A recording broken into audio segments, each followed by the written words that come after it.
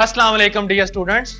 इस क्वेश्चन में हमने p की वो वैल्यू फाइंड आउट करनी है जिसके लिए गिवन इक्वेशन के रूट्स डिफर बाय यूनिटी हो, यानी कि जो गिवन क्वाड्रेटिक इक्वेशन है इसके रूट्स में 1 का फर्क हो, यानी कि एक रूट दूसरे रूट से एक नंबर बड़ा हो। यानी कि अगर एक रूट 4 है तो दूसरा 5 हो, या एक रूट अगर 6 है तो दूसरा 7 हो, या अगर एक 8 है तो दूसरा 7 हो। मतलब दोनों में जो फर्क होना चाहिए वो 1 का होना चाहिए। तो गिवन क्वाड्रेटिक इक्वेशन है x square minus x plus p square is equal to 0।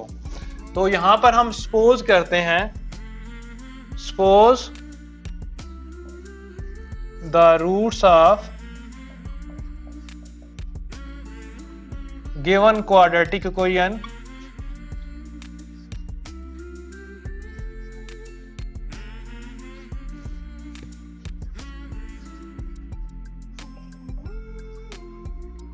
और अगर हम एक अल्फा लेते हैं तो फिर दूसरा या तो अल्फा माइनस 1 लेना पड़ेगा या अल्फा प्लस 1 लेना पड़ेगा।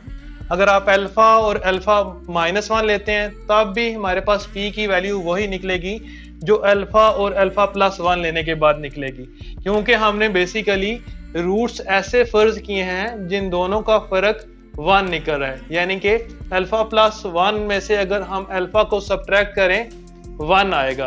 अगर यहाँ पर अल्फा और यहाँ पर अल्फा माइनस 1 रखते फिर अल्फा में से इस रूट को सब्ट्रैक्ट करते तो फिर भी 1 आना था।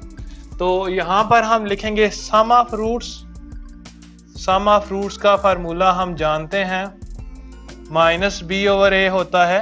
तो सम ऑफ रूट्स में हम इन दोनों रूट्स का सम लेंगे, तो अल्फा प्लस 1 आएगा is equal to minus b की जगह coefficient of x which is -1 in this case, और कोफिशिएंट ऑफ x स्क्वायर है 1।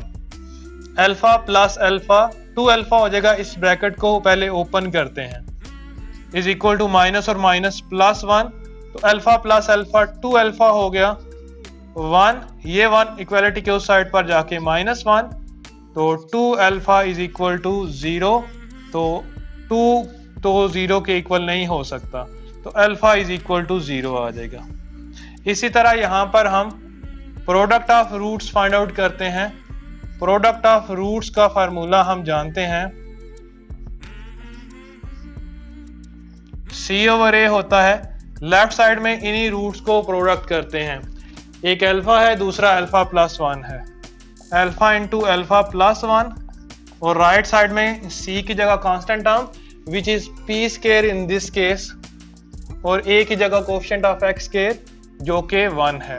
अब क्योंकि हम अल्फा की वैल्यू यहाँ पर फाइंड आउट कर चुके हैं 0, तो यहाँ पर अल्फा की जगह हम 0 लिखेंगे। इसी तरह ब्रैकेट में भी अल्फा की जगह 0 plus 1 is equal to p square. तो 0 किसी भी नंबर से मल्टीप्लाई होने के बाद 0 ही हो जाता है, तो 0 is equal to p square. तो p की वैल्यू अगर हम यहाँ से फाइंड आउट करें दोनों तरफ स्क्वायर रूट लेके, p की वैल्यू 0 निकलेगी। तो इस तरह इस क्वेश्चन में हमने p की वैल्यू फाइंड आउट कर ली। इस क्वेश्चन के नेक्स्ट पार्ट में हमने p की वो वैल्यू फाइंड आउट करनी है जिसके लिए गिवन इक्वेशन के रूट्स डिफर बाय 2 हों। जिस तरह इसमें हमने अल्फा और अल्फा प्लस 1 लिए हैं, नेक्स्ट क्वेश्चन में हम अल्फा और अल्फा प्लस 2 लेंगे।